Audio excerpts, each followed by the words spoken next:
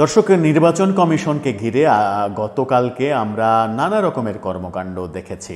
নির্বাচন কমিশন ঘেরাও করেছে এনসিপি, তারা নির্বাচন কমিশনারদের পদত্যাগ দাবি করেছে। নির্বাচন কমিশন অফিসকে বিএনপির দলীয় কার্যালয় হিসেবে আখ্যা দিয়েছে। এরকম নানা কর্মকাণ্ড দেখেছি, যদিও তাদের লোক সমাগম নিয়ে যথেষ্ট বিতর্ক তৈরি হয়েছে যে এত কম লোক সংখ্যক নিয়ে এত বড় একটা মুভমেন্ট তারা করলো কি সজ্ঞানে নাকি একটু বেশি আবেগের বশবর্তী হয়ে। এরকম ঘটনা যখন দেখেছি তখন গতকালকে নির্বাচন কমিশন থেকে একটা চমকপ্রদ খবর এসেছে। সেই চমকপ্রদ খবর হচ্ছে আগামী নির্বাচনকে কেন্দ্র করে বেশ কিছু সিদ্ধান্ত নির্বাচন কমিশন নিয়েছে। তার মধ্যে একটা চমকপ্রদ খবর হচ্ছে আগামী নির্বাচনটা উৎসব মুখর নির্বাচন আর থাকছে না। যে সিদ্ধান্ত নিয়েছে সেই সিদ্ধান্তের পরিপ্রেক্ষিতে এটা বলা যায়, বাংলাদেশের নির্বাচন হলে নির্বাচনের সময় দেশে যে উৎসব মুখর পরিবেশ তৈরি হয়, চারিদিকে উৎসবের আমেজ তৈরি হয়, সেই উৎসবের আমেজটা বোধহয় আগামী নির্বাচনে আর থাকছে না, সেটা পানসে হয়ে যাচ্ছে। কেন এ ধরনের সিদ্ধান্তে যাচ্ছে নির্বাচন কমিশন, সেটা নিয়ে আলোচনা করব এই ভিডিওতে। থাকবেন পলিটিক্স টিভির নিয়মিত আয়োজনে।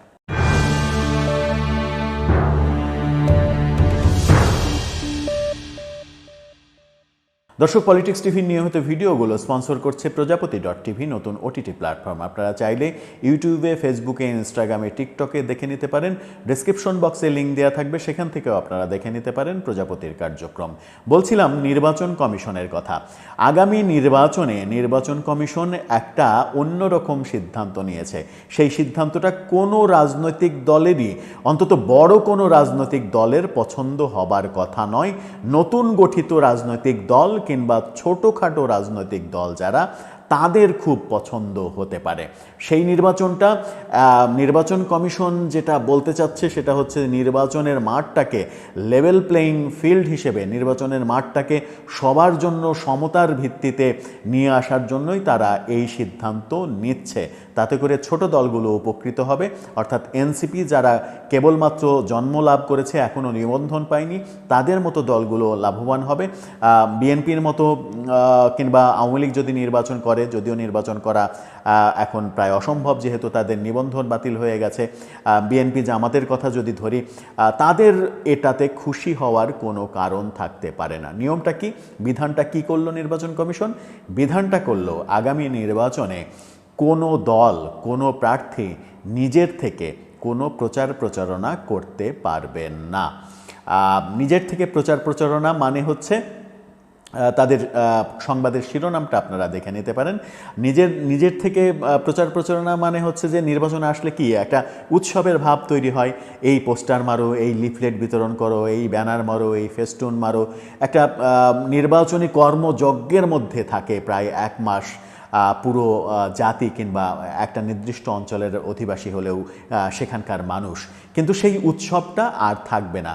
কোনো প্রার্থী নিজের উদ্যোগে কোনো পোস্টার মারতে পারবে না, কোনো ফেস্টুন টাঙাতে পারবে না, কোনো লিফলেট প্রচার করতে পারবে না, শুধুমাত্র জনসংযোগ করতে পারবে। এই কাজটা ছাড়া আর কোনো নির্বাচনী প্রচার প্রচারণা করতে পারবে না, এমনকি মাইকিংও করতে পারবে না কোনো প্রার্থী। সব কিছুর দায়িত্ব নির্বাচন কমিশনের, অর্থাৎ এই ধরনের প্রচার প্রচারণা যা দরকার সব প্রার্থীর নির্বাচনী প্রচার প্রচারণা নির্বাচন কমিশন নিজে থেকে করবে। ধরে নিন যে একটা জায়গায় 10 জন প্রার্থী রয়েছে, 10 জন প্রার্থীর সমহারে সমবন্টনে তাদের জন্য যে ধরনের প্রচার প্রচারণা করা দরকার সেই প্রচার প্রচারণা করবে। হয়তো বিএনপির প্রার্থী নিশ্চিত যে ফিল্ড ভালো, তার পোস্টার লাগার কথা হয়তো 2 লাখ 4 লাখ, সেখানে পোস্টার দেয়ালে দেখা যাবে যে এনসিপিরও 1000 পোস্টার সারা কনস্টিটিউশনে, বিএনপিরও 1000 পোস্টার। আবার গণ অধিকার পরিষদ নুরুল হক নূরের প্রার্থী থাকলে তারও 1000 পোস্টার, জামাত ইসলামের প্রার্থী থাকলে তারও 1000 পোস্টার। যদি 5টা ফেস্টুন থাকে, এর 5টা ফেস্টুন বিএনপিরও থাকবে। তাতে করে যেটা হবে সেটা হচ্ছে সব থেকে বেশি ক্ষতিগ্রস্ত হবে এই মুহূর্তে বড় দল হিসেবে বিএনপি। আবার আওয়ামী লীগ যদি নির্বাচনে অংশগ্রহণ করে তাহলে আওয়ামী লীগও ক্ষতিগ্রস্ত হবে। এতে করে ছোট দল এবং ভুঁইফোড় যে দলগুলো রয়েছে, যারা সাইনবোর্ড সর্বস্ব দল, নির্বাচনে প্রার্থী হলেই বড় দলগুলোর সমান সুযোগ সুবিধা তারা নির্বাচন কমিশনের কাছ থেকে পাবে। এটা কোনোভাবেই গ্রহণযোগ্য হবে না বড় দলগুলোর কাছ থেকে। অন্তত নির্বাচন কমিশন খসড়া অনুমোদন করে ফেলেছে।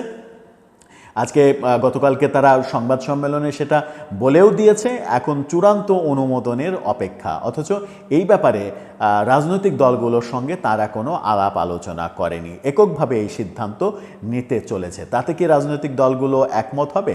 কোনোভাবেই না, কোনো কারণেই না, কোনো কালেই না। কোনো রাজনৈতিক দল, বড় রাজনৈতিক দল, বিএনপির কথাই যদি এখন ধরি, বিএনপি জীবনেও রাজি হবে না। আর বিএনপি যদি রাজি না হয়, বিএনপিকে বাদ দিয়ে নির্বাচন কমিশন এই সিদ্ধান্ত নিতে পারবে? নেয়ার কি কথা? যদিও এনসিপি নির্বাচন কমিশন অফিসকে বিএনপির দলীয় কার্যালয় হিসেবে আখ্যা দিয়েছে, তারপরেও এই নির্বাচন কমিশন কিংবা সরকার যে কাদের পক্ষে কাজ করছে, কাদের সুবিধার্থে কাজ করছে, এটা তো খুব সহজেই ব্যাপারগুলো বিশ্লেষণ করলেই বোঝা যায়। যেমন এই নীতির কথাই যদি ধরা যাক, তাতে এই নীতি যদি অনুসরণ করে নির্বাচন কমিশন, তাতে লাভটা এনসিপির হবে নাকি বিএনপির হবে? নিশ্চিত করেই এনসিপির লাভ হবে। তাহলে নির্বাচন কমিশন বিএনপির দলীয় কার্যালয় হলো কিভাবে, এই প্রশ্নও কিন্তু সামনে এসে যায়। এখন দেখার বিষয় বড় রাজনৈতিক দলগুলো এটাতে কি প্রতিক্রিয়া দেখায়, তারা এটা মেনে নেয় কিনা, নির্বাচন কমিশন তাদের সিদ্ধান্ত থেকে সরে আসে কিনা। আর পুরো নির্বাচন ব্যবস্থা, নির্বাচনকালীন সময়টা যে উৎসবমুখর পরিবেশ বাংলাদেশে তৈরি হয়, সেই উৎসব মুখরতা নষ্ট করাও কি নির্বাচন কমিশনের উচিত হবে কিনা, সেটাও একটা বড় প্রশ্ন। দর্শক, আপনার কি মনে হয়, কি করতে চলেছে আসলে নির্বাচন কমিশন? আপনার মতামত জানিয়ে লিখতে পারেন আমাদের কমেন্ট বক্সে।